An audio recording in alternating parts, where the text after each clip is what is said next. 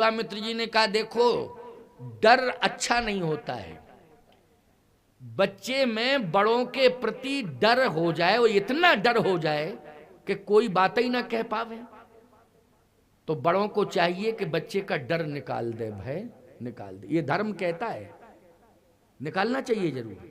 हमेशा भयभीत रहें तो ईमानदारी से बताओ वो बच्चे क्या सोचेंगे, उनका क्या भविष्य होगा, उनकी क्या सोच होगी।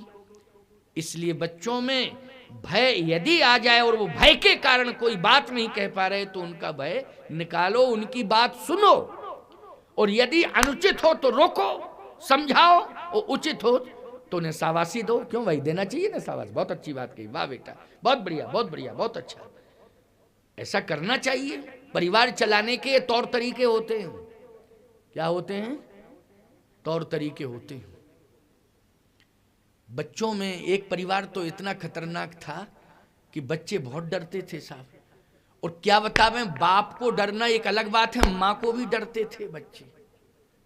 भाई ठीक है, पिता को डरे अलग बात है, लेकिन माँ एक ऐसी होती है कि बच्चे अपनी बात कह देते हैं और जिद भी कर जाते हैं, रूठ भी जाते हैं, तो माँ मना लेती है। बोलो भाई, यही करते, यही तो संसार की लीला है। लेकिन इतना भय कि वो माँ से भी डरें और बाप से भी डरें बच्चे। एक दिन ऐसी घटना घटी साहब कि बच्चे जो है स्कूल पहुंच गए लेकिन जूते नहीं पहने थे। तो मास्टर ने कहा क्यों जूते पहन के नहीं आए हो, तुम्हारे माता पिता कैसे हैं, बच्चों को बिना जूते के भेज देते हैं, आज हम उनको डांटेंगे। गलत। बच्चों ने कहा कि आप माता पिता से कुछ मत कहना। क्यों? इसका मतलब है तुम्हारी गलती है। बोले गलती हमारी नहीं है, गलती माता पिता की है। क्या गलती है माता पिता की? कहे हमारे दोनों जूते व्यस्त थे। तो मास्टर बोला जूते व्यस्त? कैसे व्यस्त थे? बोले सर हम स्कूल आने लगे तो एक जूता मम्मी लिए थी, एक जूता पापा लिए थे, वो आपस में, तो मैंने कहा कि जूतों से ही पिंड छुड़ाओ, वो स्कूल पहुंचो। अब बोलो भाई क्या है ये? घर है कि स्मशान बना रहे हो तुम घर को? बच्चों का भविष्य चौपट कर रहे हो अपनी मूर्खता के कारण।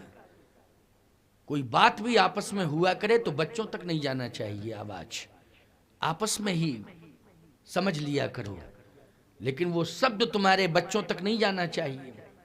इतना ध्यान रखा जाए, क्योंकि बच्चों को इंसान बनाना है हमें, और हमारे चरित्र के माध्यम से ही बच्चे इंसान बनेंगे।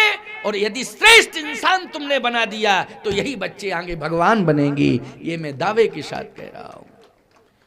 इसलिए ध्यान रखना है, सोच समझ के अपने गृहस्थी को चलाना है, एक एक कदम सोच के रखना है, क्योंकि परिवार का भविष्य पूरा माता पिता के ऊपर डिपेंड रहता है, गार्जियंस के ऊपर डिपेंड रहता है कि नहीं रहता है। आज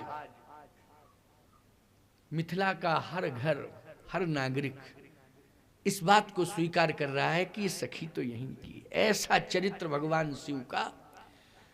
अब भगवान राम ने इधर प्रार्थना की तो विश्वामित्र जी ने कहा कि डर निकाल देना चाहिए बच्चों का।